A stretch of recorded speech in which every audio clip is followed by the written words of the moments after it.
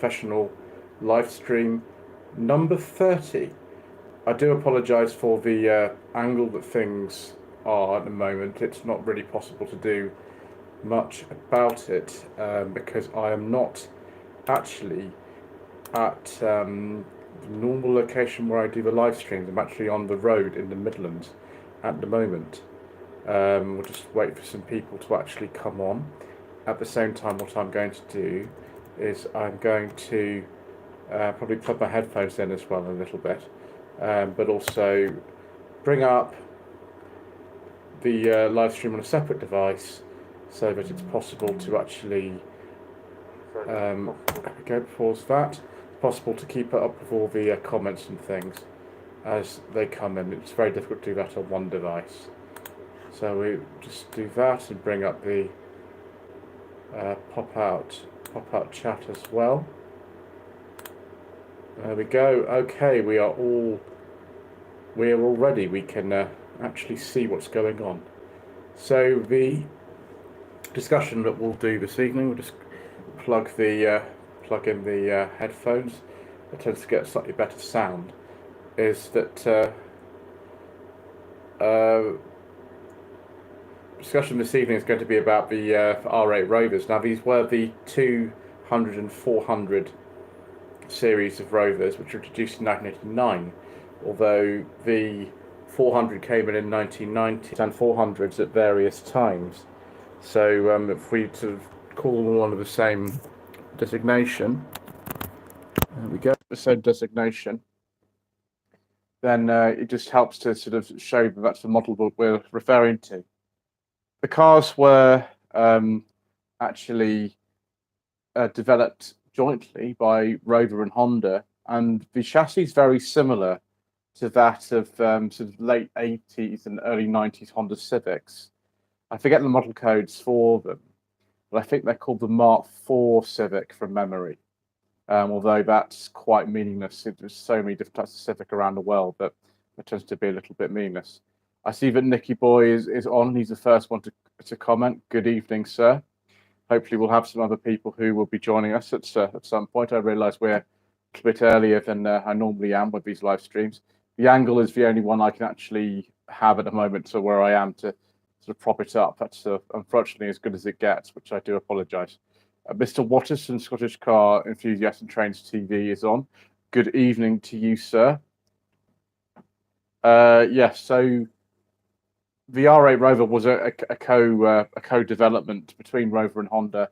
Honda's version was called the Concerto. That was also built actually in the same factory before Honda actually had their Swindon Plum that was finished. So they built them at Longbridge.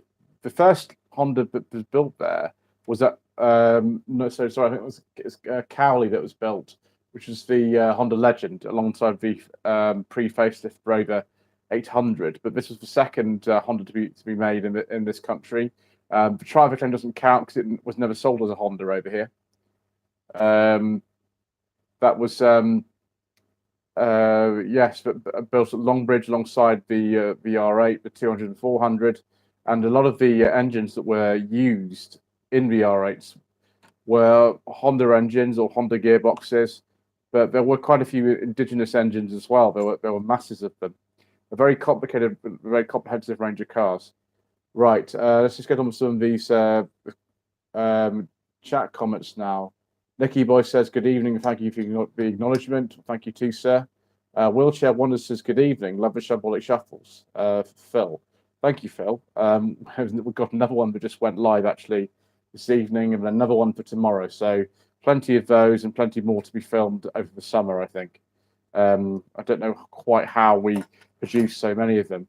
For those of you who are familiar with the tradition, we have some refreshment, which I shall be opening in a little while. I don't tend to drink too much of this on the live stream because things go even more shambolic than usual if I drink too much of it, but we'll have a little sip because it is after 7:30 now. Yeah, so the R8 Rovers, there were a number of body styles. Mr. Waters has just mentioned this. 5-door hatchback, 3-door hatchback, 2-door coupe, cabriolet, the Saloon, and the 400 Tourer. The only ones badged as 400 were the Saloon and the Tourer. The others were badged as 200. It got very confusing after 1995 when the 400 Saloon was replaced by the HHR 400, which was a saloon and a hatchback. But then the 200 was replaced with a car called the R3 200 that had the same front structure and front suspension from an R8, which is actually different from a Honda Concerto. They don't have the same front suspension. And the rear suspension was a modified Maestro unit, and the car had a completely different sort of body. They didn't have any Honda engines anymore in them. And then the HHR was the next generation after the Concerto, that was Japanese domestic market car that was launched in 1992. And then in 1995, the same year that the HHR 400 came out, there was the what we call the Civic 5-door, or the Swindon Civic. It's generally referred to these days just for the sake of ease, because there's so many different model codes for the Civics that we don't really even do that, even amongst the sort of 5-door ones. So yes, I think my favourite one is the 400 Tourer. The only one I haven't actually driven.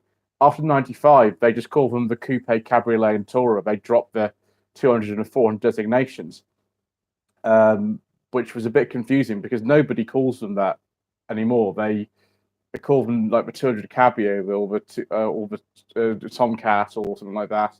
They don't just tend to call them the Rover Coupe, because the Rover Coupe could also be the Rover 800 Coupe. The Tourer, though, was on its own, but never was another type of Rover Tourer, apart from the 75, which came in a bit later in 2001. The first I introduced in 89 was 5-door. I think the 3-door hatch and the 4-door saloon, the 400, came in 1990. Then 92 was the Coupe and Cabriolet. The Tourer was 1994. And the Tourer, Coupe, Cabriolet continued to 1999, although they received the dashboard from the R3 200. I think it was early 1996. So I actually drove two cars yesterday with different dashboards, even though they were around the same time. One was 95, one was 96. Julian Knight says, "Good evening, sir. Good evening, everyone. Good evening to you as well. Are you in Germany at the moment, Julian?" Johnny Cooper says, "Good evening, sir.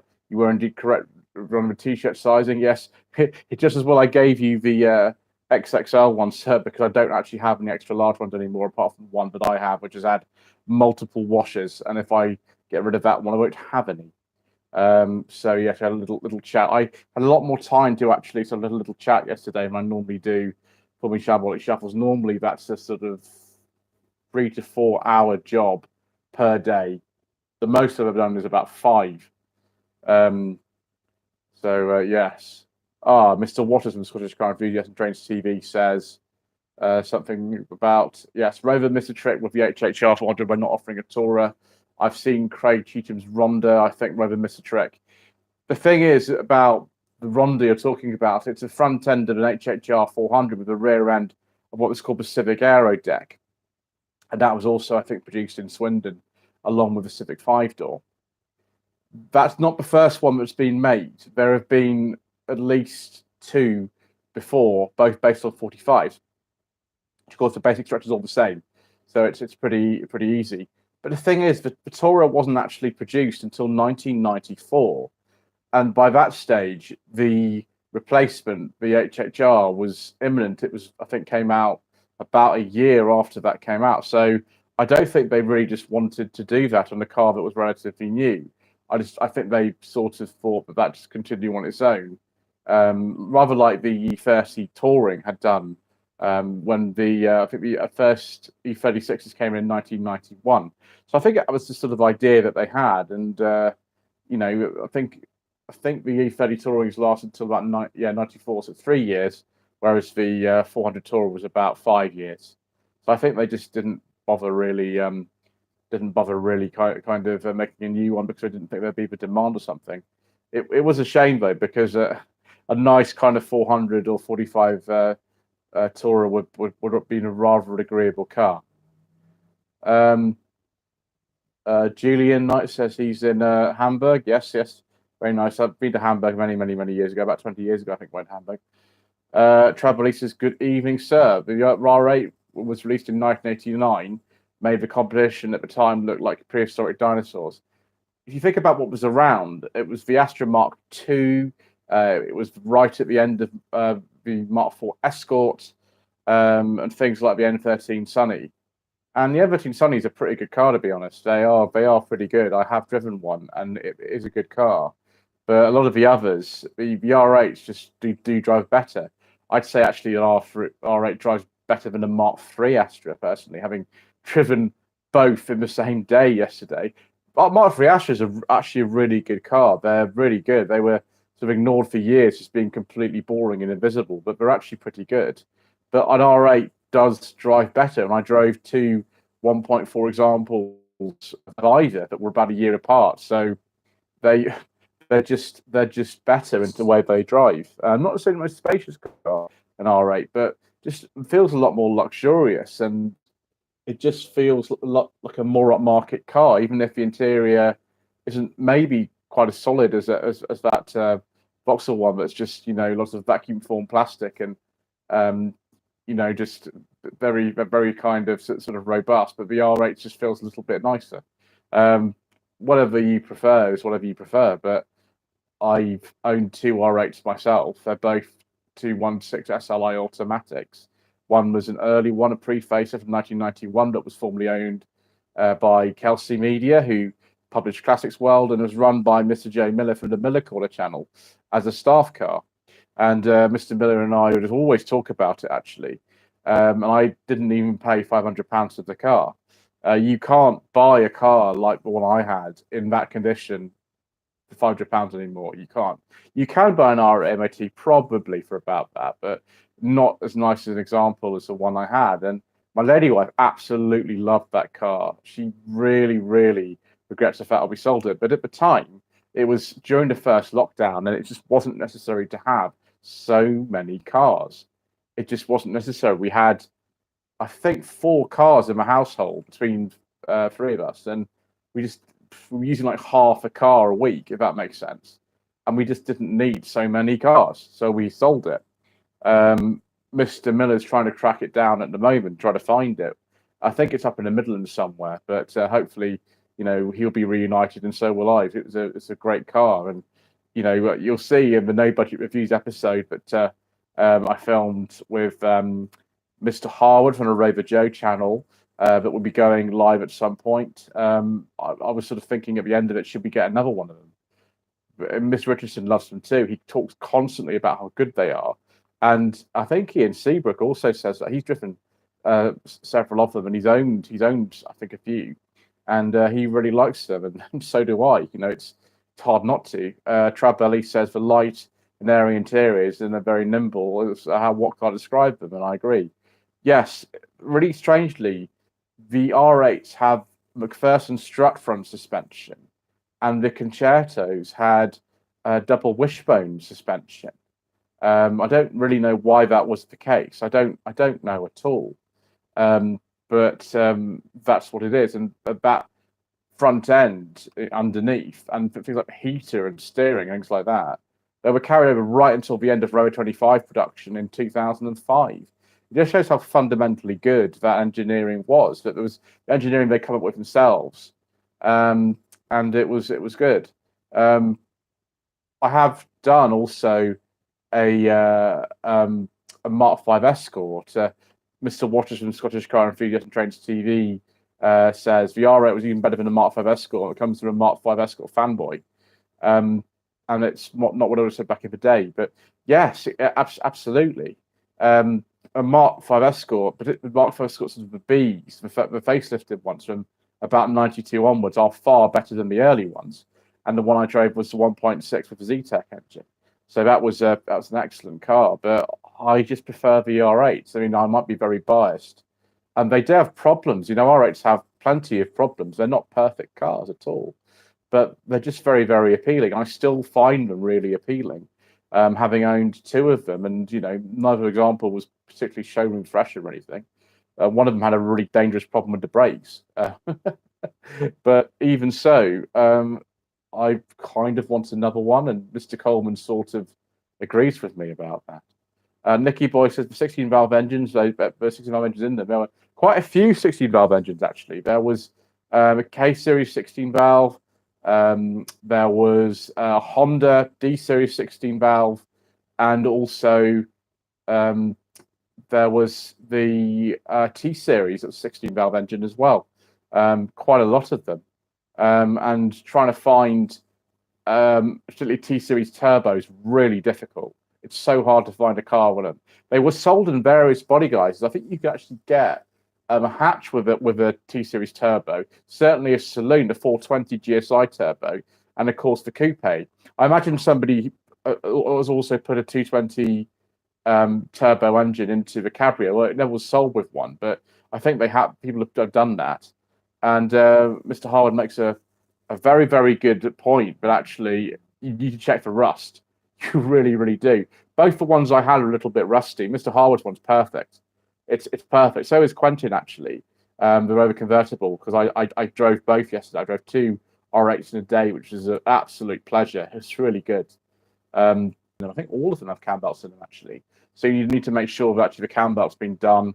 And K series is another sort of thing entirely. But yeah, T series, D series, you check, make sure the cam belt's been done and it's been serviced as well. That's a big thing. As far as the immobilizers and things can have problems as well, as Mr. Richardson found out with Quentin.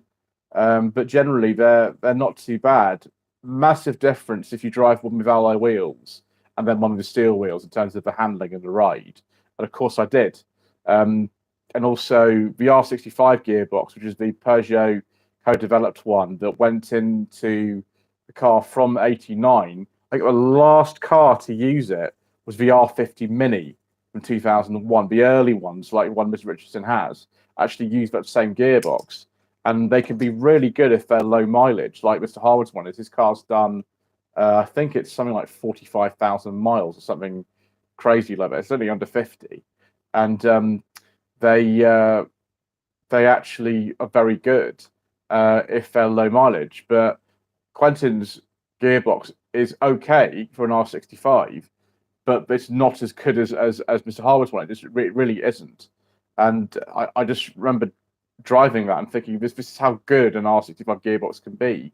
But they do go a bit kind of sort of bad, as it kind of goes on. And that's the same for the 25s and the R3 200s, and to an extent the HHR 400 and 45s, because they all use those gearboxes up to 1.6 litre engines, and before 2003 when they were replaced with Ford gearboxes.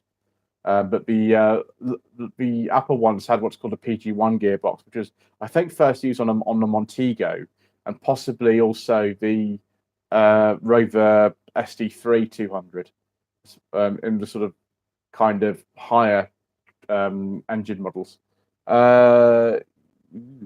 Scottish car enthusiast and trains and TV, Mr. Waters, he was replying to Nicky Boy. It took Ford another 2 years before the Z-Tech engines came in. Yeah, sort of late '91, I think. It might have made difference to the Escort available for launch. Yes, absolutely. I completely agree with that. And Shabali says to Mr. Waters, the Mark V Escort was terrible when it came out. Yeah, it was really bad. Considering the Mark IV that was the predecessor was based on a car from 1980, because the Mark III and IV were sort of similar, but not exactly the same. It was quite a sort of bad endorsement for it. Trabelli says, hit the like button. It's very kind of you, sir. That does very much help. If you would want to support the channel, that's very kind of you. Nicky Boy says, 1989, the 16-valve engines were the preserve of the top model Golf GRS and GTE. Yes, they were. I remember a Motor Show report from 1989, Sue Baker talking about the K series like it was a very exotic specification, twin cam 16-valve, which was very common in sort of higher end cars, but not in a car like that. And And the 1.4 engines in every of the rivals were far less powerful than 95 horsepower, and of course later 103 from the facelift in October '92. Russell Cooper, what car I'd like to drive and never driven? Oh, loads, absolutely loads. I sometimes do videos and saying, if you know someone who's got one of these cars, I'd like to drive one. Volvo 460, Volvo 480, Volvo 850, facelifted Rover 25. There's loads. Triumph Acclaim, Vauxhall Nova Saloon, loads, millions. Cavalier Mark II, Cavalier Mark One, loads, absolutely loads. This is why I always, in every video, seemingly, I ask people if they want a car to appear on the channel and give my email address, because I never know what's going to come. And sometimes I get to drive stuff like the Alpha 164 I drove recently. Loads, absolutely loads. John Wood says, I've been following your channel for a few months. You're very complimentary about a green TR8 with a tan hood restoration show. Well, that's very kind. Thank you. I'd like to know what cars you own, please. We do feature our cars on the channel fairly frequently. The main car that most of you are familiar with is a 2003 Rover 45 V6 Connoisseur. They're very rare cars now. I think there's about 60 of both types of 45 V6 remaining, the Club and the Connoisseur. The other one we have is a 2019 SsangYong Tivoli, again, a very rare car. But there'll be a video on the Tivoli at some point. We just don't tend to make too many videos on it, because it just kind of keeps going. My lady wife takes that to work most of the time. We do long journeys in it. If we're going away together, that's the sort of thing we do in it. And there's not an awful lot to say, really, about that at the moment, but it will have an ownership report coming up when it hits the 2-year ownership mark, which will be in July. There's also a list of common faults for the Tivoli that I've compiled with the help of the SsangYong Tivoli Facebook group, because there are a few, despite the fact the car is, on a 7-year warranty, there are some things that go wrong with it. What I drive, though, most at the moment is my mother's Mercedes C200. It's a 2017. It's done 20,000 miles. She's had it from new, and she has what we suspect is either Alzheimer's or dementia. We're not so sure.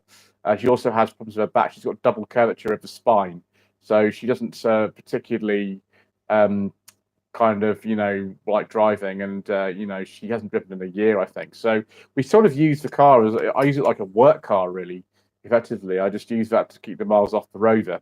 And actually, I've been driving it around this weekend. I'm in the middle of a sort of 600-mile round trip, which some of you will know I was up at the Motorist in Yorkshire yesterday with Mr. Richard Furious driving, and a few other people like Mr. Wattis, who's on here. And it's performing very well. I'm getting about 47 miles per gallon out of it. It's a petrol, of course. So yeah, my mother doesn't want to sell it. It's very useful taking her around to her appointments and things. I'm taking her to the next appointment on Tuesday, and she likes the Rover. We might use that. We might use the Mercedes. I don't know. We'll have to see. So those are the three that we normally have. I have other stuff that comes in sometimes, but at the moment we're not looking to have another car till I've paid things like my tax bill and things like that, which after that we might get a little interesting something. But yeah, those are the ones we have at the moment. We've had those for ages. Rover we got June 2020, SsangYong July 2020. The Mercedes, well, it was new in June 2017, and we, that's what we have. And I haven't bought a car since then. I just drive lots of other ones. So Mr. Watch Car Enthusiast Trains TV says, after watching a video on the Mark Escort by Steve Saxby recently, I think Ford has played it safe with the style after launch of the Sierra. Yes, Jeremy Clarkson made a very interesting point upon the launch of the Mark V Escort to say it was exclusively designed for Ford fleet managers, and it kind of was. Like, it was easy to service and easy to sell, and that sort of thing. And it certainly was. I like the gears; those are the most appealing ones to me. And I think the revisions they made in 1992 were much improved in terms of the styling as well. But I don't think they're as good as an R8. I just personally don't think that. It's not a bad car by 92, but certainly not my favourite. but then I'm very biased. Trabelli says the Concerto was far overpriced compared to the R8. Why would you bother? Same thing with the Swindon Civics actually as well. It's far easier to get hold of the Rover version as opposed to the Honda version, even though the engineering is very similar. Trabelli says Toyota had a few 12-valve engines in the late 80s. Yes, they did actually, and some 16-valve ones as well. Arvin Korotana says hello to you, sir. Mr. Planetman says, I used to love my old Concerto 1.6 dual carbs. It'd be a D series, I think. Very nice car to drive. Yes, I'd like to try a Concerto just as sake of comparison, but they are exceptionally rare. I'm trying to get hold of a Concerto raced back in the day by Mr. Coleman and the Banger Racing fraternity. Captain Reed from Life on Cars says, good evening. Good evening, Captain Reed. So at some point, we will be reviewing Captain Reed's very lovely MGB. It's been about a year since I first intended to do that, but I think we finally nailed the date down to actually do that. So there we go. Mr. Harwood from Rover J says, I'm home. I'm not. I'm in a hotel in the Midlands, actually. I've been driving a Maytag washing machine. No, I mean a Toyota IQ. I drove a Toyota IQ this afternoon, but again, I've been after for some time, and it just so happened that I happened to be in the area, and that's what I've done. So it's done 11,000 miles, that car, and of course it's white, so it does feel a bit like a Maytag washing machine. But that's the oldest joke in the world. That's not a new joke by any means. So yes, we'll be going back tomorrow, and I'll be seeing what's happened to my mother over the weekend. I think it's sort of coming in to see her. Right, do we have any other questions anybody else wants to ask, or do we keep talking about the R8s, because that's a nice topic of conversation for many of us, particularly Mr. Harwood, I think. That's good. Yeah, I have a little mini fridge actually in the room I'm in, which is why I had the beer with me. It was nice and cold when I started, although it's not particularly now.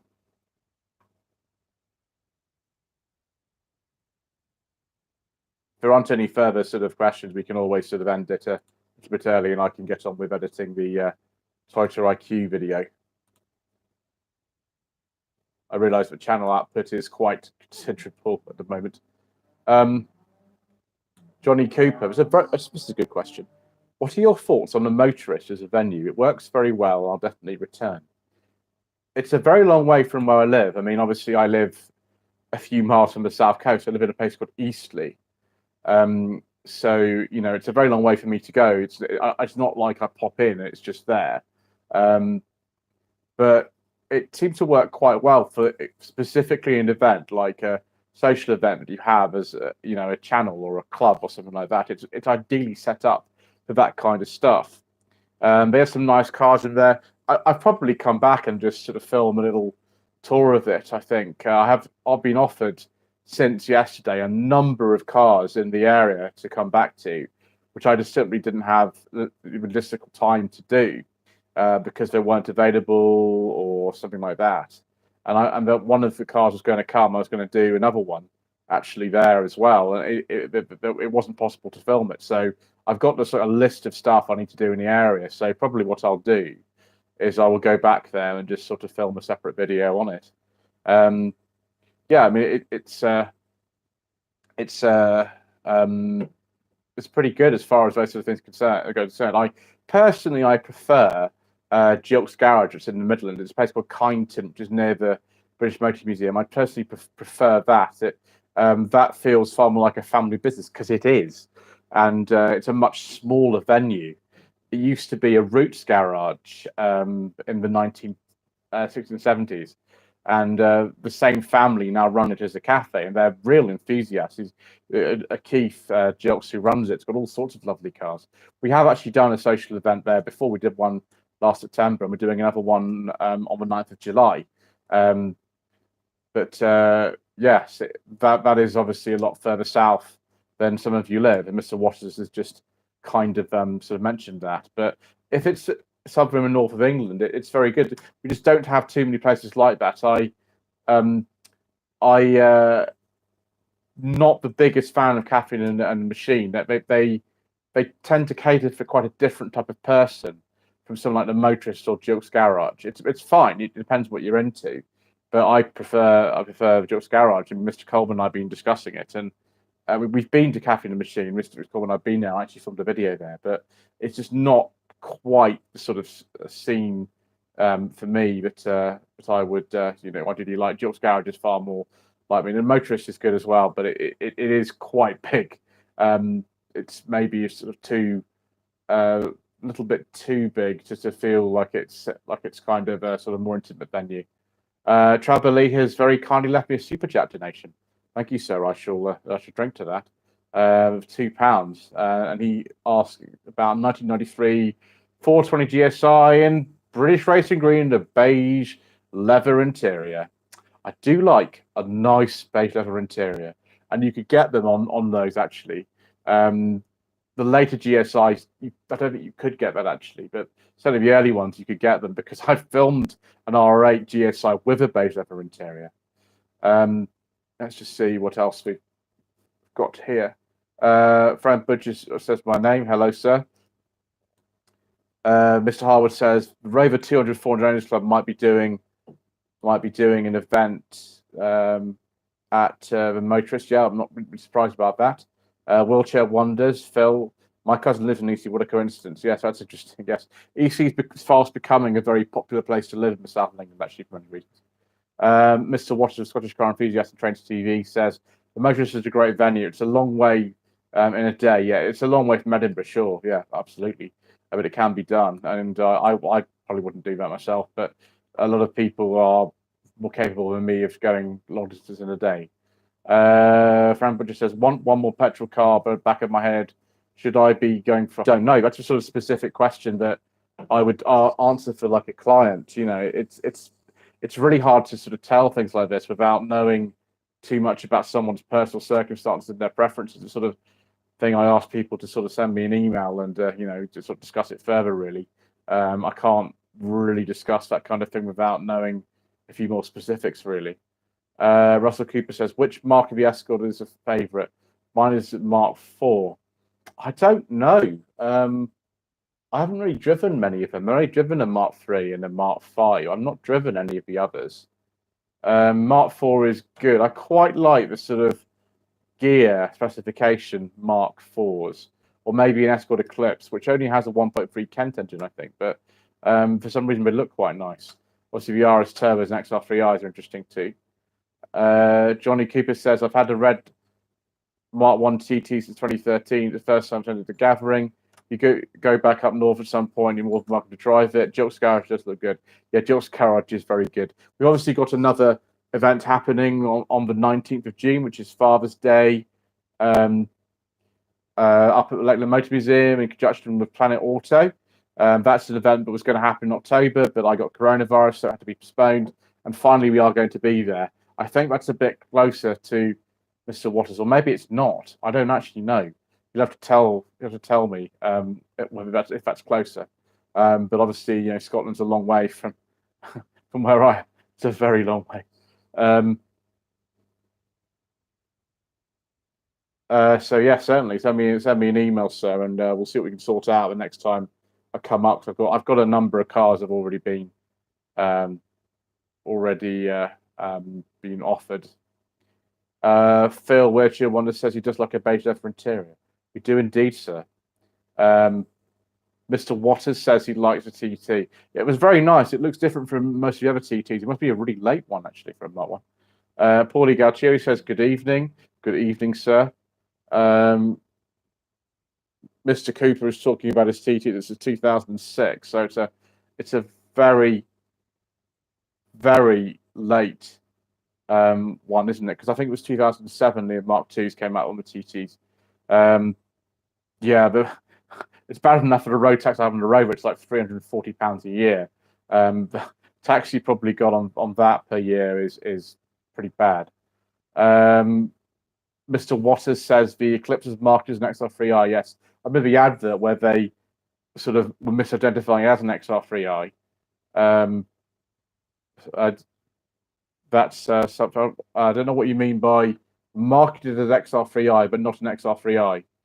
Oh, I see. Yeah, I understand what you mean. Yes, yes. Yeah, but sort of. Yeah, obviously a lot more economical and cheaper to run than an XR3i. And all the insurance would be cheaper on that too at the time. So Mark from Bad Book says, "Good evening. I was just watching Retro Rides weekend and Shamrock Shuffle Part 11. Yes, that's a penultimate part actually. That it's coming to an end soon, and I can tell you I was pretty exhausted by the end of doing Part 12. I also got quite severe sunburn on my head, which I didn't enjoy. My lady wife was not happy when I got back. My mother, for some reason, saw me the next day and didn't comment on it. I think she's probably got more important things in life to do than that now. Yeah, so there's some nice things in there, particularly the Dolomite SE is a car I've owned. I've owned a Dolomite SE, and it's one of the only times I've ever seen one in person. Yeah. So Mr. Waters has answered my question about how long it takes to get to the Lake Motos as opposed to the motorist. It's about the same amount of time, but shorter in distance, a bit more scenic compared to the A1. Yes, the A1, having done some of the A1 today, there's not an awful lot to see on that. It tends to be a bit featureless in some ways. Paulie Gattieri says, I saw an Elridge Vauxhall Carlton Diplomat today with a beige leather interior. Did you leave a note, sir? Because that's the sort of thing we like very much. Frank Butcher says, have I got a favourite Tweed Jacket review? That's so hard. That's really hard. I mean, I can say that certain ones are classic Tweed Jacket reviews. MGZ SCV was a classic one. That was very difficult to film, actually. It was a very, very difficult day filming. It was one of the hardest ones we did, but it is the most successful Tweed Jacket episode ever, so maybe I shouldn't complain. Ford Granada Mark II, that's a classic one. Volvo 960, classic one. The ID3 was a classic one, actually. Again, it was a difficult day, but it turned out okay. It was very successful last year. Vauxhall Chevette HSR I enjoyed. They're not the easiest cars to drive, but they aren't as difficult as I thought they would be. There's quite a few. I don't know. It's really hard for me to pick. Actually, it's hard for me to pick. The one where I made the most jokes is the 2020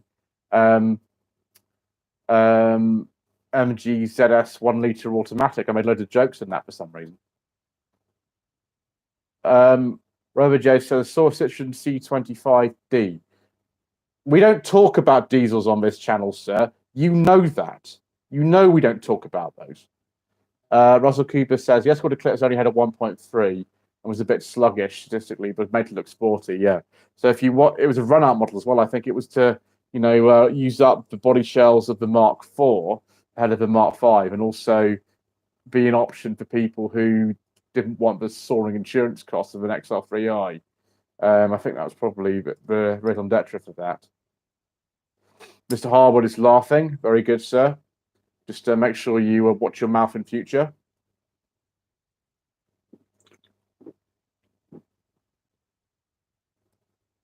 Right. Do we have anything else that anybody wants to ask? I think we had a good discussion this evening, or is it time to call it a day? And I'll see some of you, yes, next month, and also the time after that. The IQ I was filming belongs to the same family as a lot of the other classic Peugeots that you would have seen.